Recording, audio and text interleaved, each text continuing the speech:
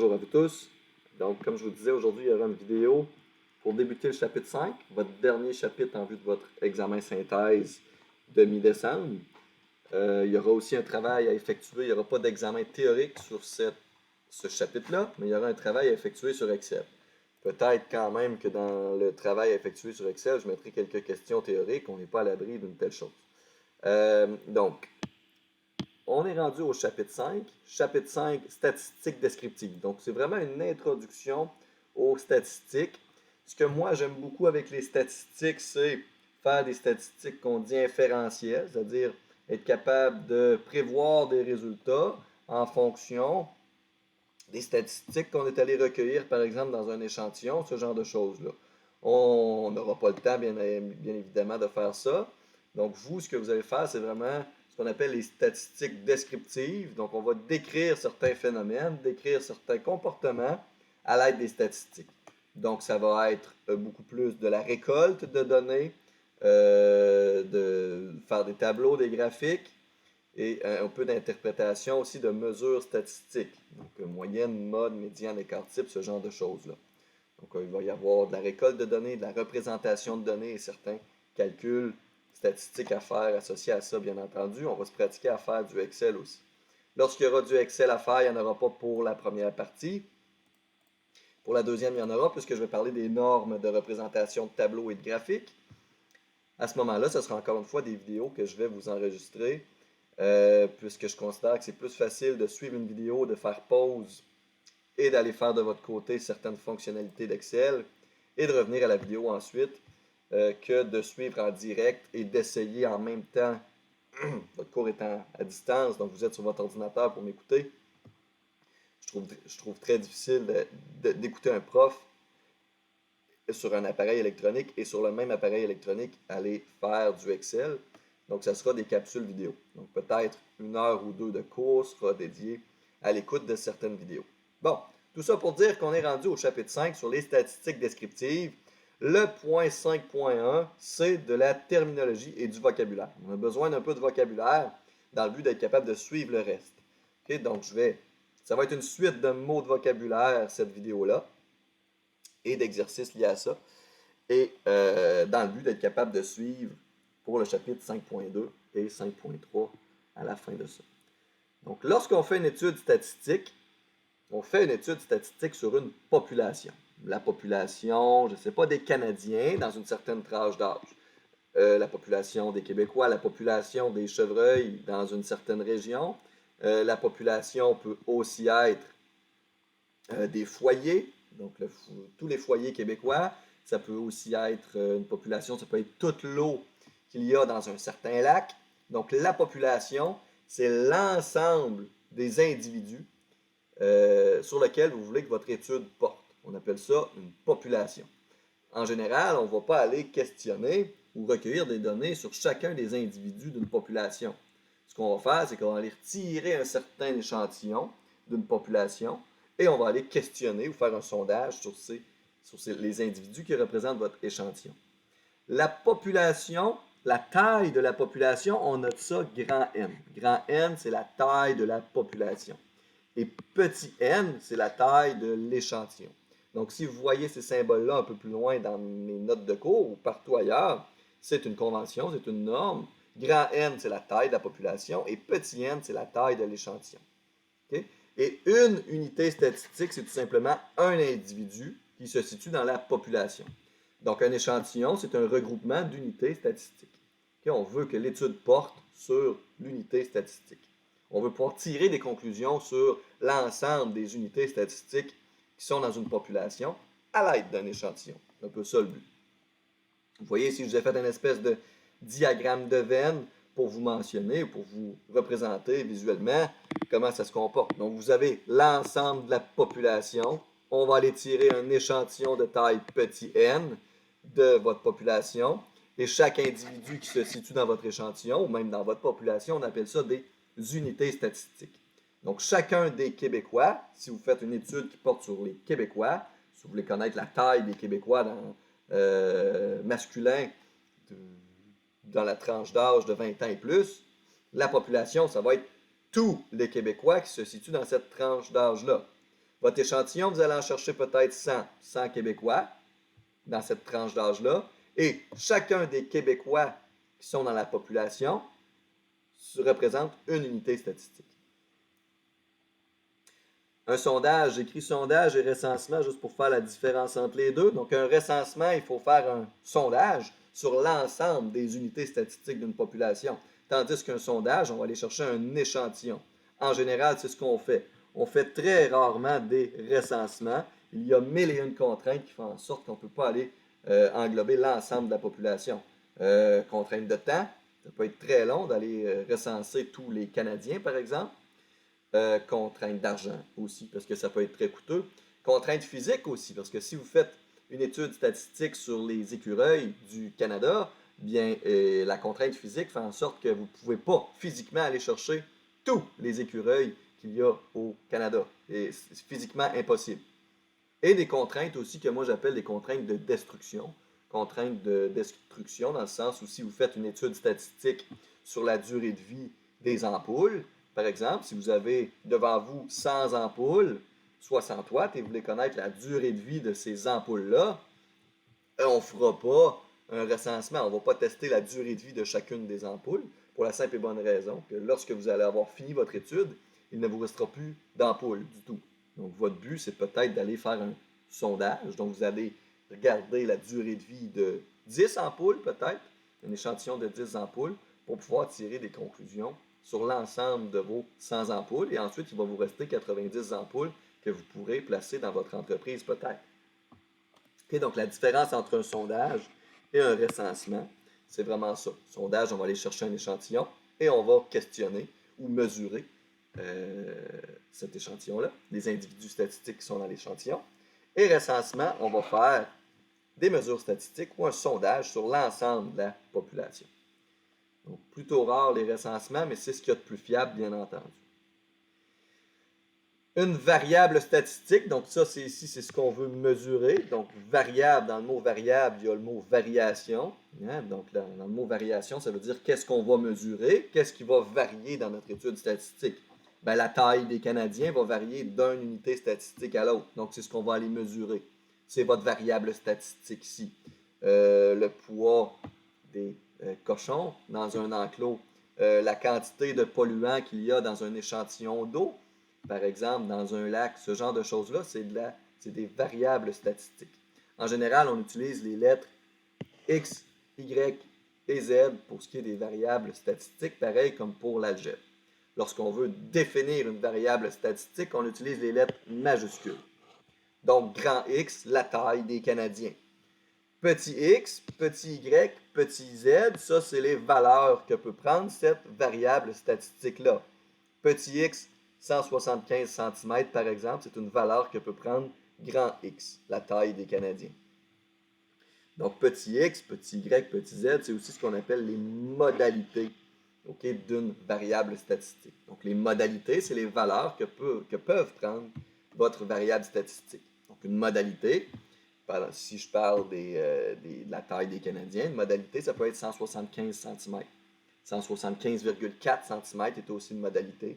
163,89 cm est aussi une modalité, etc. On comprend qu'il y en aura une infinité des modalités possibles pour la variable statistique que je viens de définir. Et donc ça, c'est des mots à différencier. Je prétends que c'est assez intuitif, mais tout de même, il faut les connaître et les différencier. On va se faire un petit exemple ici, juste pour s'assurer qu'on est capable de différencier ces différentes notions-là. Donc, dans chacun des cas suivants, déterminer le plus précisément possible la population, l'échantillon, l'unité statistique et la variable statistique principale à l'étude. Donc ici, on va vouloir déterminer la population, l'échantillon, l'unité statistique et la variable statistique principale qui sera à l'étude. Donc au numéro A, donc, je vais vous écrire ça, population, échantillon, on va définir ça, on va définir aussi la variable statistique, c'est ce qui est demandé. On pourrait même donner quelques modalités de cette variable statistique-là, qu'on va savoir définir. Une compagnie de luminaires achète, 10 000 ampoules électriques d'un fabricant qui affirme que ces ampoules ont une durée de vie moyenne d'au moins 1000 heures. OK. La compagnie vérifie que la durée de vie vérifie la durée de vie de 25 de ces ampoules-là. Donc, la population à l'étude ici, on veut tirer des conclusions sur quoi? Sur les 10 000 ampoules.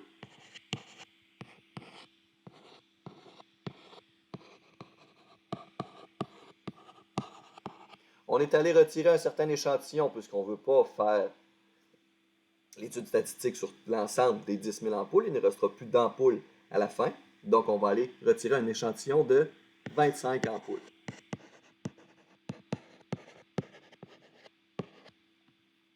La variable ici, qu'est-ce qu'on mesure? Chaque fois qu'on prend une ampoule, qu'est-ce qu'on regarde? Donc, on regarde la durée de sa vie. Durée de vie. En heures, probablement. On peut même mettre l'unité de mesure à côté. Et les modalités qu'elles peuvent prendre cette variable aléatoire-là, disons 900 heures, 1000 heures,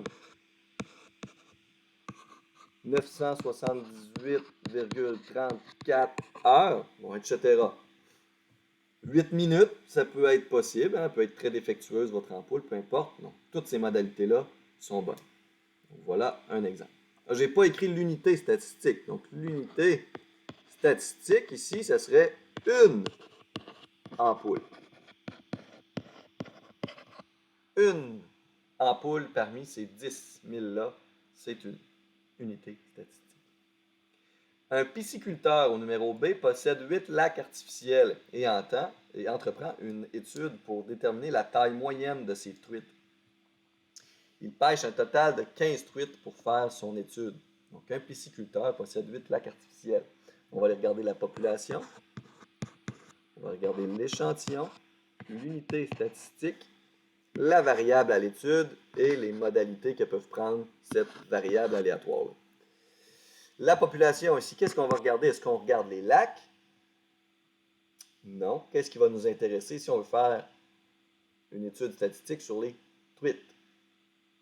Okay, parce que c'est la taille moyenne des truites qui l'intéresse. Donc la population ici, c'est l'ensemble, toutes les truites. S'il me restait de la place, j'écrirais toutes les truites qui sont présentes dans les 8 lacs artificiels du pisciculteur. Okay, donc toutes les truites, c'est l'ensemble de la population. L'échantillon, ça va être les 15 truites sélectionnées. 15 truites pêchées par le pisciculteur. L'unité statistique, c'est une truite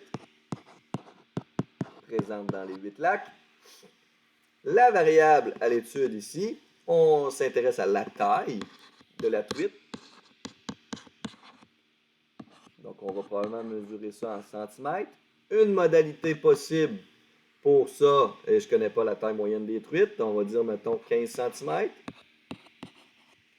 17,3 cm, etc. 20,27 cm, etc. Donc, il y a plusieurs modalités possibles, encore une fois. Un autre exemple, il en reste deux. On interroge 15 étudiants du cours de statistique appliquée inscrits à l'été 2018 pour connaître leur degré de satisfaction par rapport au cours. Je rappelle que le cours ne se donnera pas à l'été. Il faut le penser maintenant.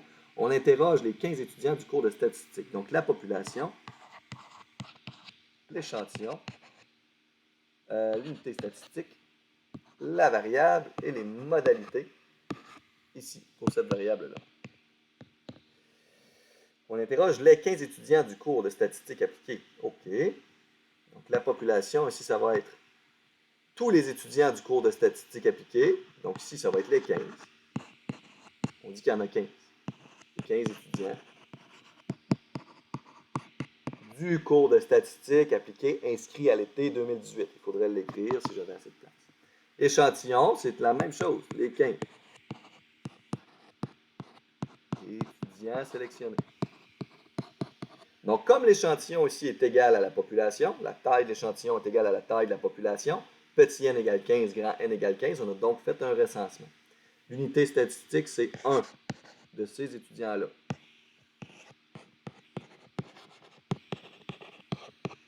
un étudiant du cours de statistique appliquée. Il faut l'écrire.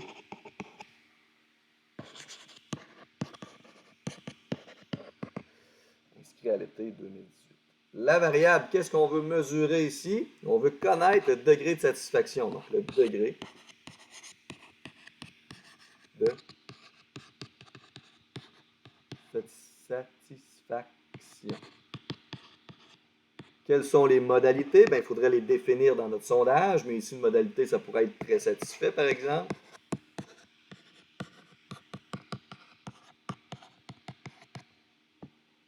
Satisfait, peu satisfait. Donc, ici, les modalités, ce n'est pas des valeurs numériques, mais c'est plutôt des qualificatifs, c'est des mots. Peu satisfait, pas satisfait du tout, etc. Un médecin invente un nouveau traitement pour guérir le cancer de l'estomac. Il vérifie son traitement en l'administrant à 50 personnes atteintes de cette maladie. Population, échantillon, unité statistique, variable, modalité. Population. Ici, on veut faire des conclusions sur l'ensemble des personnes atteintes de cette maladie. Donc, l'ensemble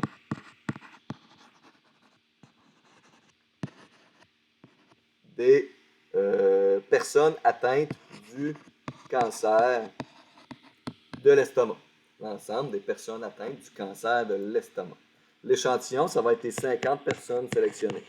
Les 50 personnes atteintes du cancer de l'estomac sélectionnées.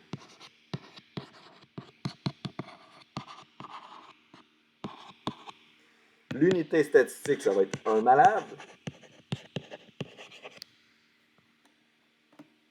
Mon Facebook est très actif ce matin, je suis désolé. Comme ça. La variable statistique et les modalités. Donc, la variable ici, il faut l'interpréter un peu. Il faut la définir nous-mêmes. Il vérifie son traitement s'il fonctionne. Donc, la variable ici, là, c'est ça pourrait être si le traitement est effectif ou s'il ne l'est pas. Donc, variable ici, ça pourrait être la qualité du médicament ou quelque chose comme ça. Qualité du traitement.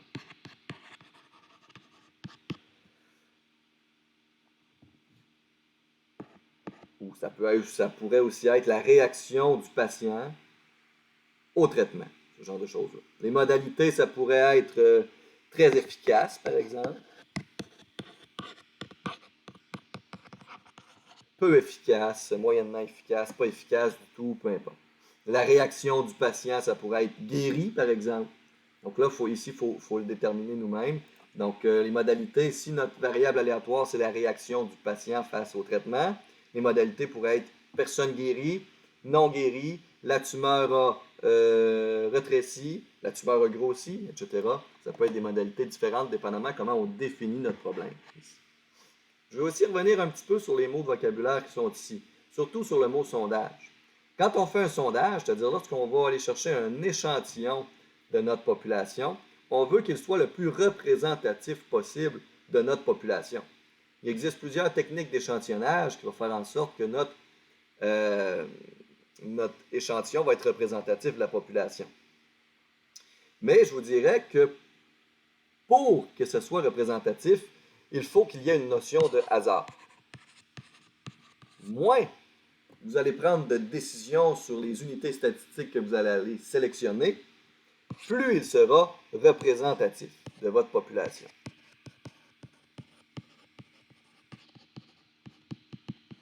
Et c'est ce qu'on veut. On veut que ce soit représentatif le plus possible de la population.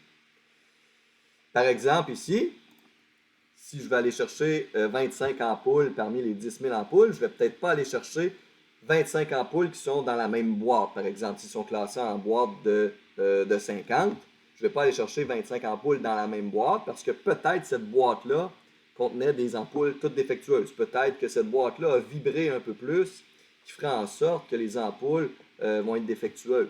Donc, on va aller chercher des ampoules dans plusieurs boîtes différentes. Même chose ici au numéro B. Si vous voulez que vos truites soient représentatifs de l'ensemble de toutes les truites des 8 lacs, n'allez pas sélectionner 15 truites dans le même lac. OK, on va faire une étude sur l'ensemble des truites des 8 lacs. On va aller sélectionner 2 truites par lac, par exemple.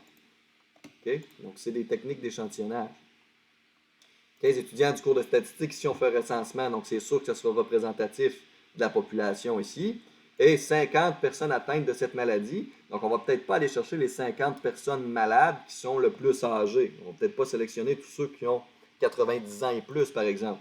Parce que là, peut-être que la qualité du traitement ou peut-être la réaction de ces gens-là ne sera pas aussi positive puisqu'elles sont plus âgées. On n'aura pas sélectionné non plus peut-être que des femmes ou que des hommes. Okay, donc, on va vraiment faire ça de façon complètement aléatoire. On va aller les sélectionner, peut-être une personne dans la tranche d'âge de 30 ans à 40, une personne dans la tranche d'âge de 40 à 50, etc.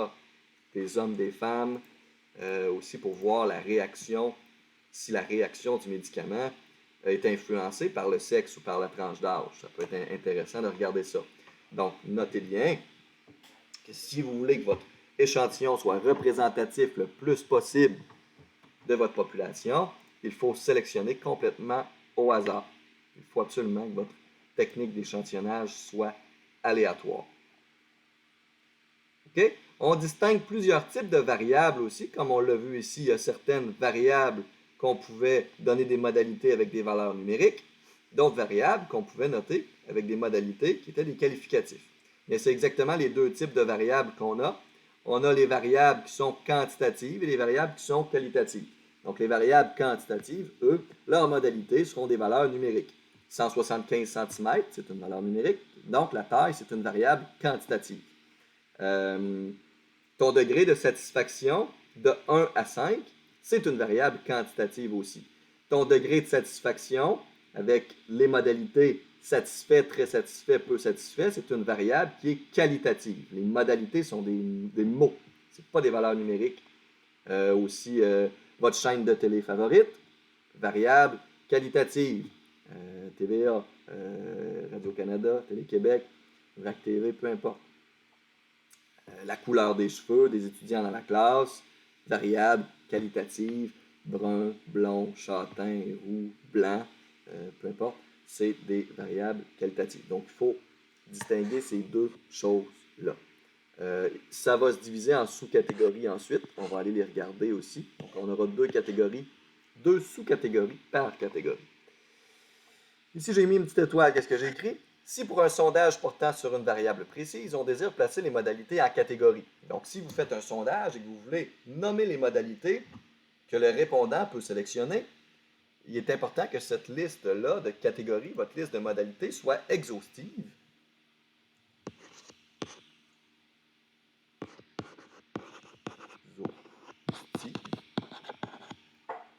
Qu'est-ce que ça veut dire exhaustive? Ça veut dire qu'il faut que toutes les modalités, il faut que ça inclue tous les cas possibles. OK? Donc, par exemple, si c'est la couleur de cheveux, vous voulez faire une étude sur la couleur des cheveux, vous allez écrire blond, vous allez écrire châtain, vous allez écrire brun, roux. Est-ce qu'on va toutes les écrire? Je ne penserai pas. Souvent, on va utiliser ou on va devoir recourir à une catégorie autre. Autre avec un S, parce qu'il peut y avoir plusieurs autres. Okay? Donc, il faut que ce soit exhaustif. Donc, il faut être certain que tout le monde puisse se mettre dans une catégorie. Okay? C'est ça que ça veut dire exhaustif. Donc, une personne va savoir, ah, moi, je suis dans une de ces catégories-là. Il ne faut pas qu'une personne, lorsqu'il va répondre à votre sondage, dise, moi, je me situe dans absolument rien là-dedans. J'ai-tu les cheveux blonds, châtains, bruns, roux ou d'une autre couleur? Tout le monde va se situer là-dedans. Okay? Et il faut aussi que votre liste de catégories, votre liste de modalités soit exclusive. Ça veut dire qu'il ne faut pas qu'il y ait d'ambiguïté dans vos modalités. Ça veut dire qu'il ne faut pas qu'une personne puisse se situer dans deux catégories. Okay? Encore une fois, blond, châtain, brun, roux ou autre, c'est rare qu'une personne va se situer dans deux de ces catégories-là. Une personne a soit les cheveux blonds, soit les cheveux châtains, soit brun, soit roux ou soit autre. À moins que quelqu'un soit teint en blond d'un côté et roux de l'autre. Là. Donc là, c'est très, je pense pas que c'est très commun. Donc, à ce moment-là, une personne va se situer dans une seule catégorie. Il ne faut pas qu'il y ait de chevauchement dans les catégories. C'est ce que ça veut dire exclusif. OK? Pour chacune des catégories que j'ai nommées, quantitative et qualitative, il y aura deux sous-catégories. Donc, les quantitatives continues et les quantitatives discrètes. Donc, quantitative, c'est les valeurs numériques, je vais l'écrire. Une variable numérique, une variable quantitative continue et discrète, c'est quoi la différence entre les deux? On peut faire un lien avec les nombres réels ici. Excusez, je ne l'ai pas mis à la bonne place. Ah oui, non, je ne l'ai pas mis à la bonne place. Ici, c'est les nombres réels et ici, les nombres naturels. Donc, discret, ça veut dire que vos modalités, ça va être 0, 1, 2, 3, 4, OK, des valeurs justes. Continu, ça veut dire que ça peut être des nombres à virgule. OK? 1,3, 8,12, etc. C'est ça être continu. Donc, il y a une correspondance avec les nombres réels. Et ici, il y a une correspondance avec les nombres naturels. La façon la plus rigoureuse que je pourrais vous décrire la différence entre les deux, c'est que dans les discrètes, entre deux modalités, par exemple la modalité 1 et la modalité 2, il ne se passe rien entre les deux. Tandis qu'avec la variable continue, si vous avez la modalité 1 et la modalité 2, il peut se passer quelque chose entre les deux. Okay? C'est la meilleure façon que je peux vous le définir. Par exemple, discrète, nombre de cochons dans un enclos. Nombre de cochons dans un champ, peu importe, dans une porcherie. OK? Nombre de cochons, c'est discret. Il y en a un, il y en a deux, il y en a trois. S'il y a un enclos qui a 3 cochons, un enclos qui a 4 cochons, il ne se passe rien entre les deux. Il ne peut pas avoir un enclos avec le nombre de cochons entre les deux modalités que je viens de vous dire. Tandis que sur la variable continue, si on parle de la taille des Canadiens, par exemple, ben, un Canadien qui mesure 174 cm, puis l'autre qui mesure 175 cm, est-ce possible d'avoir un Canadien qui soit entre les deux? Oui. On peut très bien avoir un Canadien qui mesure 174,5 cm, par exemple, ou 174,25 cm, etc. Donc, il y aura toujours des modalités entre deux modalités. Donc, c'est pour ça que je dis qu'il y a une correspondance avec les nombres réels. Ici, il y a une correspondance avec les nombres naturels. 0 cochon, 1 cochon, 2 cochons, 3 cochons, etc. Pour les variables qualitatives, donc ici, c'est des qualificatifs, okay? Ce n'est pas des valeurs numériques. Vos modalités. Il y a ce qu'on appelle les variables qualitatives ordinales et nominales. Nominales, on va nommer les modalités. Couleur de cheveux, par exemple. Couleur de cheveux, on nomme les modalités. Brun, orange, jaune, turquoise, châtain. OK? Ordinal, il va y exister une relation d'ordre entre les modalités. Relation d'ordre, ça veut dire que vous pouvez les classer en ordre. Vous pouvez dire du plus petit au plus grand, du meilleur au moins bon, par exemple. Okay? Du plus gros au plus petit, peu importe. Une relation d'ordre. Par exemple, le taux de satisfaction. Le taux de satisfaction, c'est ordinal. Les modalités, ça va être très satisfaisant, satisfaisant, moyen, peu satisfaisant, pas satisfaisant du tout. Il existe une relation d'ordre, du meilleur au moins bon. Variable, qualitative, ordinale. Nominale, couleur de cheveux, par exemple, marque de voiture, race de chien. Il n'existe pas de relation d'ordre. Okay? Vous pouvez vous questionner à savoir, êtes-vous capable d'en trouver d'autres exemples? Ça peut être intéressant. OK? On va aller se faire des petits exemples là-dessus. On va identifier la nature des variables statistiques qui sont là. Le nombre d'animaux par laboratoire. Donc, les modalités ici, ça va être quoi? Ça va être des nombres. Donc, ça, c'est quantitatif. Quantitatif, continu ou discret. Donc, le nombre d'animaux par laboratoire, c'est clairement discret. La température à l'intérieur d'un réfrigérateur, c'est encore une fois une valeur numérique. Donc, c'est quantitatif. Est-ce discret ou est-ce continu? Donc, la température pourrait être 24 à l'intérieur d'un réfrigérateur. Donc, ça pourrait être 4 degrés Celsius, Ça pourrait être 3 degrés Celsius. Est-ce possible d'avoir une modalité entre les deux? 3,5 degrés Celsius, est-ce que c'est possible? Oui. 3,25 degrés Celsius, est-ce possible? Oui. Donc ça, c'est pas discret, c'est continu. Je suis d'accord que l'instrument de mesure que vous allez utiliser va probablement arrêter avec une décimale. Okay? Donc, on pourrait avoir 1 degré Celsius, 1,1, 1,2 jusqu'à 1,9.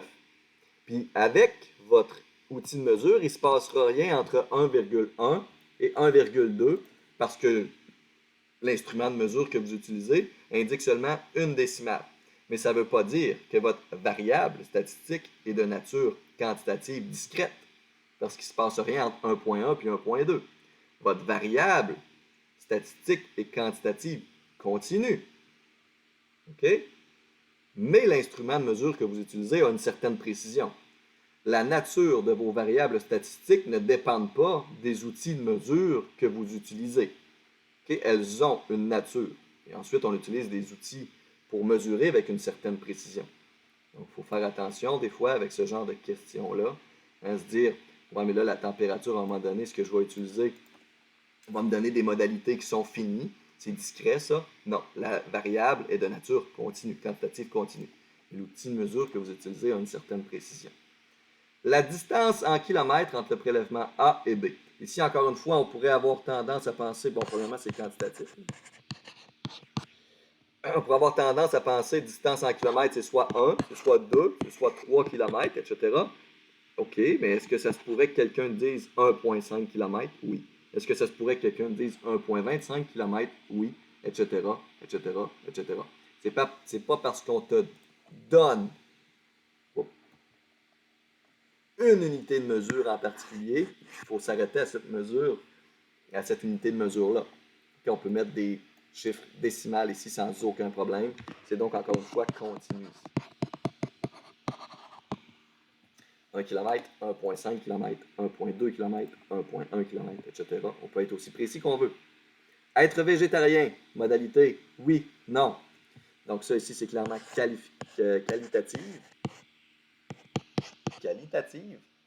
Est-ce que c'est ordinal ou nominal? Qu'est-ce qu'on fait avec les modalités? Est-ce qu'il existe une relation d'ordre entre oui et non? Est-ce que c'est mieux d'être végétarien ou non? Il n'existe pas de relation d'ordre, donc c'est nominal. Donc la variable être végétarien est de nature qualitative nominale. Le temps passé à observer un comportement. Donc le temps passé, on mesure ça avec des nombres. Oh, excusez-moi, je touche à ma souris en même temps. Le temps passé à observer, c'est quantitatif. 1 minute, 2 minutes, 1 minute 30 secondes, 1 minute 20 secondes, 1 minute 20 secondes et 3 dixièmes, etc. C'est donc continu encore une fois. Je suis d'accord que sur votre montre ou sur le timer que vous allez utiliser, il y aura une certaine précision, mais je vous rappelle et j'insiste là-dessus que la nature de votre variable ne dépend pas de l'outil de mesure utilisé. Satisfaction des menus à la cafétéria, c'est qualitative. Ici, est-ce qu'il existe une relation d'ordre? Est-ce que quelqu'un dit « je suis très satisfait »,« peu satisfait »,« moyennement satisfait », est-ce qu'on peut mettre ça en ordre? Oui, c'est donc ordinaire. Le nombre de frères et sœurs, donc ça va être des nombres quantitatifs, et ici c'est discret. Un frère, deux frères, trois frères. Je suis d'accord qu'on peut avoir des demi-frères, mais ça peut, à un moment donné, ça va arrêter. Okay, donc c'est bien discret ici. J'ai un frère, deux frères, trois frères, il ne se passe rien entre les deux. Donc voilà, on a fait un exemple là-dessus aussi. Pour chacune de ces variables statistiques-là, il existe aussi des mesures, des échelles de mesure. Ça, c'est vous qui allez la définir, votre échelle de mesure, lorsque vous allez donner vos modalités dans votre sondage. On en distingue 4 échelles de mesure. Vous allez voir, c'est assez intuitif. Parce que l'échelle nominale, on l'utilise avec les variables statistiques de nature nominale, qualitative nominale. Vous voyez un exemple qui est là. masculin, féminin. Donc, 0, par exemple, si vous êtes dans Excel et que vous demandez à quelqu'un de répondre 0 ou 1, 0 étant attribué à masculin et 1 étant attribué à féminin, ben, c'est une échelle nominale ici, puisqu'on nomme les variables, OK? Et chacune des valeurs qui a été nommée est associée à une valeur numérique et c'est tout. OK? C'est une échelle nominale, il n'existe pas de relation d'ordre entre le 0 et le 1. On ne peut pas dire que c'est mieux d'être un homme que d'être une femme. Vice-versa. Okay? Donc, c'est une échelle qui est nominale. Échelle ordinale associée à une variable statistique de nature qualitative ordinale, ça fait du sens, c'est une échelle ordinale. On l'utilise aussi des fois avec les variables quantitatives qui sont regroupées par classe, donc souvent c'est les variables qui sont continues. OK, qu'on regroupe par classe, par exemple le salaire ici. Vous voyez, j'ai défini une variable salaire et ici une variable qualitative ordinale. Donc, je suis en accord, je suis neutre, je suis en désaccord. C'est ordinal. Il y en a un des trois qui est mieux que l'autre. Okay? En général, je veux que le monde soit en accord avec moi. Donc, ça veut dire qu'il existe une relation d'ordre entre les modalités. Et ici aussi, vous voyez qu'il y a une relation d'ordre entre les modalités 1, 2 et 3. Le salaire annuel peut être des gens qui travaillent dans une certaine entreprise. Donc, on a la classe 29 000 et moins, 30 000 à 60 000 et 60 000 et plus. Il existe clairement une relation d'ordre entre ces modalités-là. On veut se situer dans 60 000 et plus. Donc, si tu veux te situer dans une modalité plus que l'autre, ça veut dire qu'il y a une relation d'ordre entre les modalités. Donc, ici, là, ça c'est plus grand que ça c'est plus grand que ça, ordinal. On a trois modalités. Okay? La variable statistique ici est de nature quantitative continue, le salaire.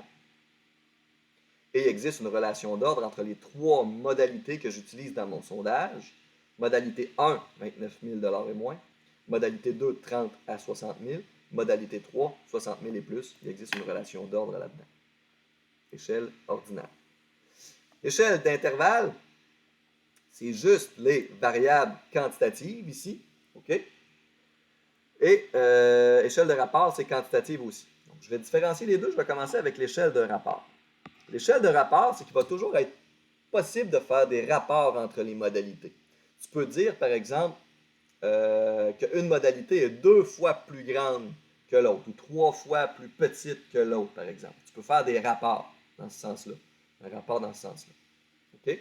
Et c'est aussi caractérisé par le fait que le zéro de votre variable statistique ici est absolu. Ça veut dire que ça représente une absence de votre phénomène. Par exemple, la taille de quelqu'un en centimètres, c'est une échelle de rapport. C'est une échelle de rapport qu'on utilise. Parce que mesurer 0 cm, c'est une absence de phénomène. Ça veut dire qu'on ne mesure rien pantoute. Okay? Vous pouvez aussi dire que quelqu'un est 2 fois plus grand que moi. Quelqu'un qui mesure 50 cm, un enfant qui mesure 50 cm, et un autre qui mesure 100 cm ou 1 mètre, ben on va dire qu'il est 2 fois plus grand. Contrairement avec l'échelle de rapport d'intervalle, c'est aussi associé aux variables qui sont quantitatives, mais ici, le zéro il est fixé par convention, par l'humain, et ce n'est pas une absence de phénomène. Le meilleur exemple que je peux vous donner, c'est la température. 0 degré Celsius ne veut pas dire qu'il n'y a pas de température.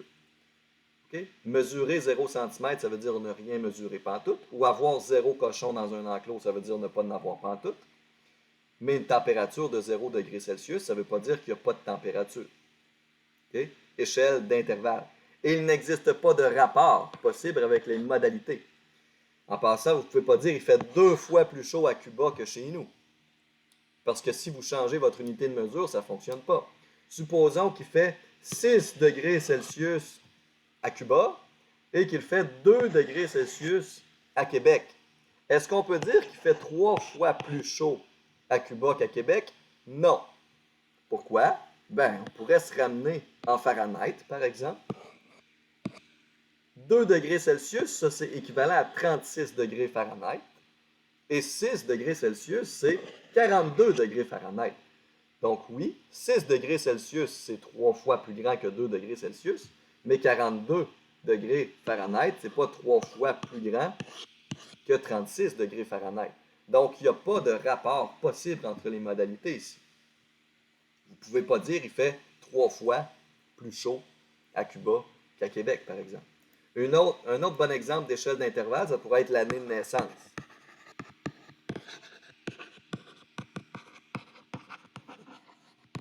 Quelqu'un qui est né en l'année 5, n'importe quoi après Jésus-Christ, et quelqu'un qui est né à l'année 10, on ne va pas dire qu'il est né 2 fois plus tard. Okay? Il n'y a pas d'échelle, il n'y a pas de rapport possible avec ces modalités-là. Puis quelqu'un qui est né à l'année 0, on ne va pas dire qu'il n'est pas né. Il est juste né à l'année 0. Tout comme Jésus.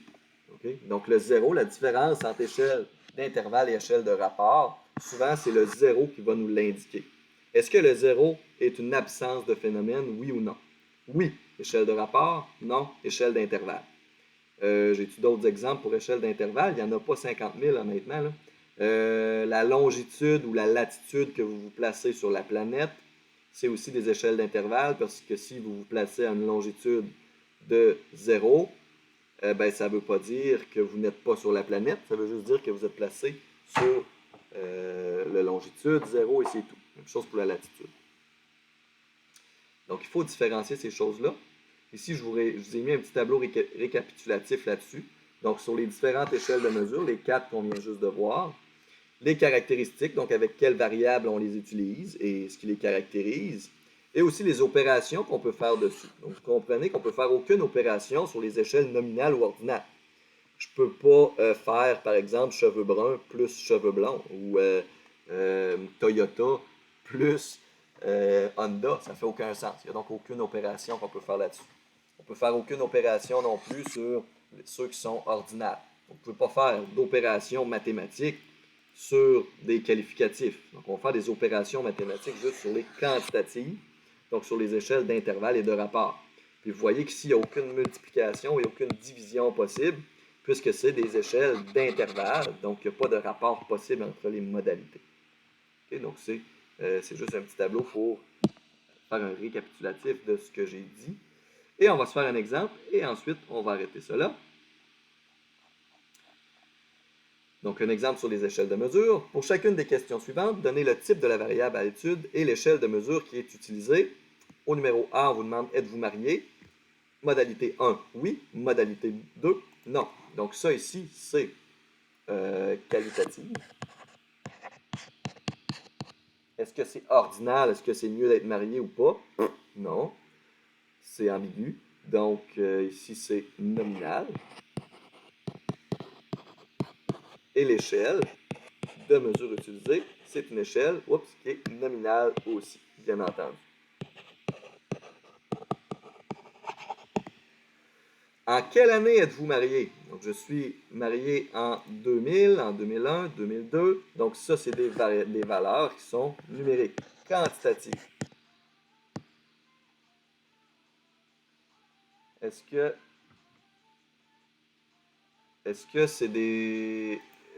que c'est continu ou discret? Donc, ici, en quelle année on s'est marié? C'est discret, c'est soit 2000, 2001, 2002. Donc, c'est discret.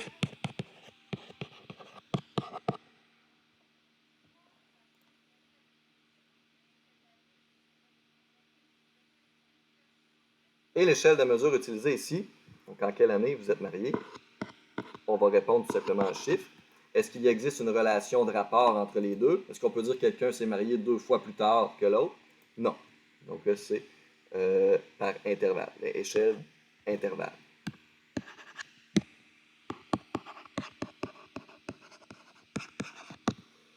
Depuis combien de temps vous êtes marié? Donc, on a presque la même question ici. Donc, on va avoir la même information. Donc, c'est quantitatif encore une fois. C'est discret. Vous marié depuis 1 an, 2 ans, 3 ans, 1 an et 8 mois. Ah, je suis d'accord aussi qu'on pourrait argumenter, si quelqu'un voudrait argumenter sur le discret et dire continu, avec les arguments de ta pensée, je pourrais le mettre bon. Là. Je suis marié depuis 1 an, 2 mois, 3 semaines, 2 jours, 4 heures, 8 minutes, 52 secondes. On peut être aussi précis qu'on le veut, c'est vrai. Mais en général, là, on va répondre 1 an, 2 ans ou 3 ans. Donc, quelqu'un pourrait argumenter sur cela, j'en conviens. OK, quelle est l'échelle de mesure? Ici, est-ce que c'est une échelle de rapport ou une échelle d'intervalle? Est-ce que si quelqu'un, par exemple, on va regarder le 0 ici. Si quelqu'un me répond 0, est-ce que ça veut dire qu'il n'est pas marié? Oui, c'est une absence de phénomène. C'est donc une échelle de rapport.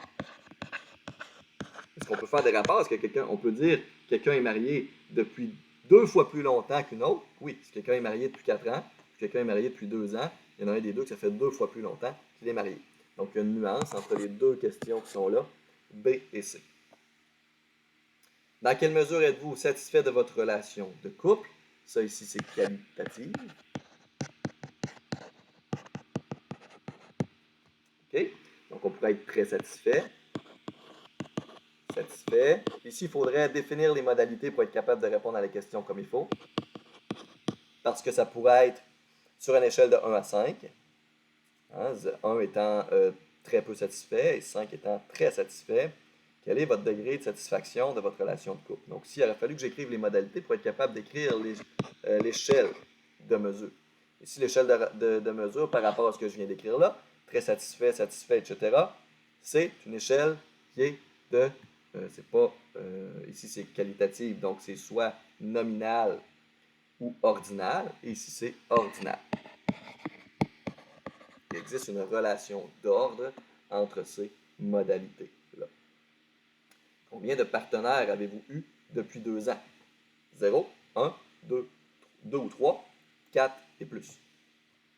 Donc ici, c'est quantitatif.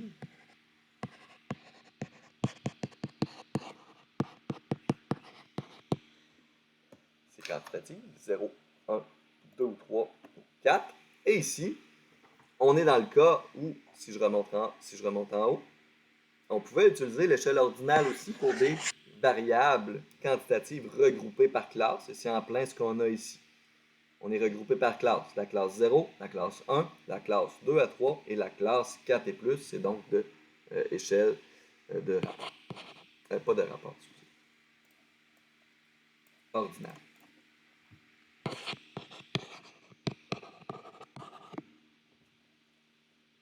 La question 2.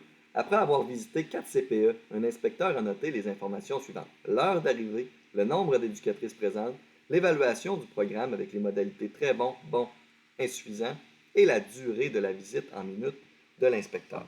Vrai ou faux? On peut comparer les données de la ligne A en mesurant leur écart ou en établissant un rapport entre elles. L'heure d'arrivée. Est-ce qu'on peut dire que quelqu'un, par exemple, donc ici, ce qu'on veut savoir, c'est est-ce que c'est une échelle de rapport qui a été utilisée pour les modalités? Est-ce que l'heure d'arrivée,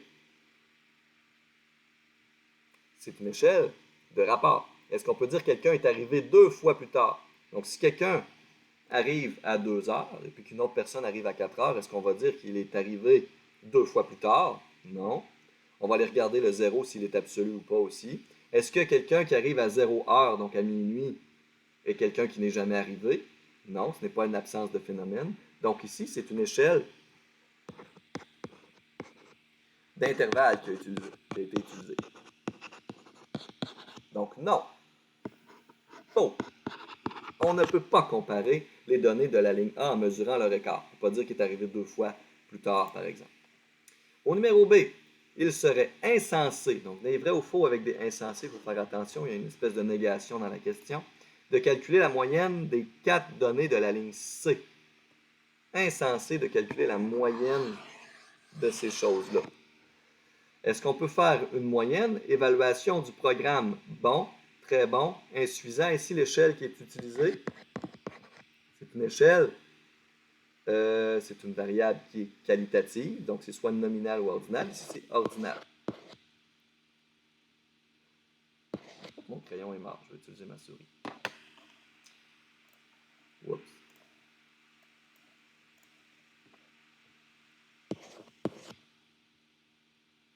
Je vais la réessayer. OK. C'est une échelle qui est ordinale qui a été utilisée ici. Il y a une relation d'ordre entre les modalités de la ligne C.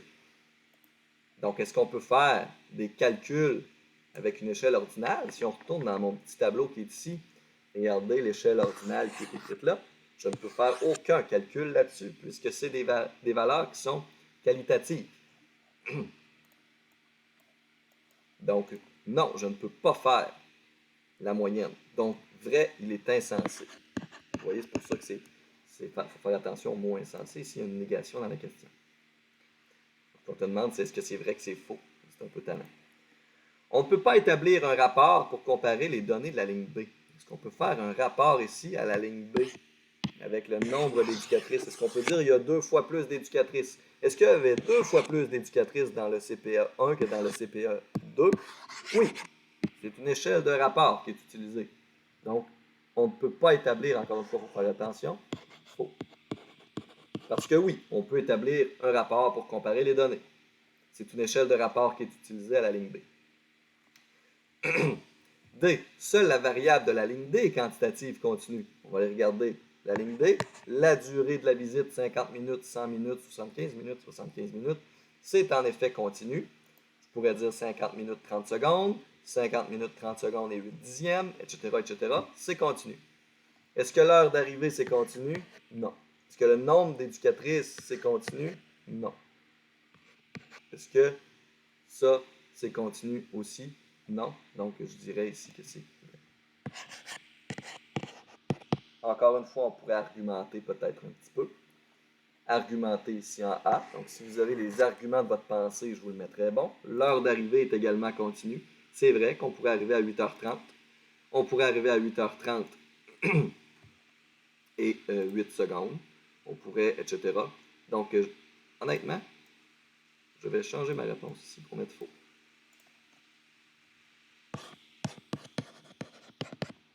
C'est continu. La A aussi. OK? Donc, vous voyez, des fois, il faut y réfléchir un petit peu. Oups. Il faut y réfléchir un petit peu sur ce qui est de l'échelle de mesure utilisée, le type de la variable, ce genre de choses-là. Donc, vous avez des exercices à faire, les exercices 5.1 qui sont déjà déposés dans Colnet, qui sont déjà à votre portée. Je m'attends à ce que ça soit fait au cours prochain. Donc, aujourd'hui, vous êtes supposé être en train de regarder ça le 23 novembre. Donc, lundi, le 30 novembre, on serait prêt à poursuivre avec la représentation des données ensuite. Okay? Donc, je vous souhaite une belle semaine. Faites vos exercices et on se revoit le 30 novembre. Bye, bonne semaine.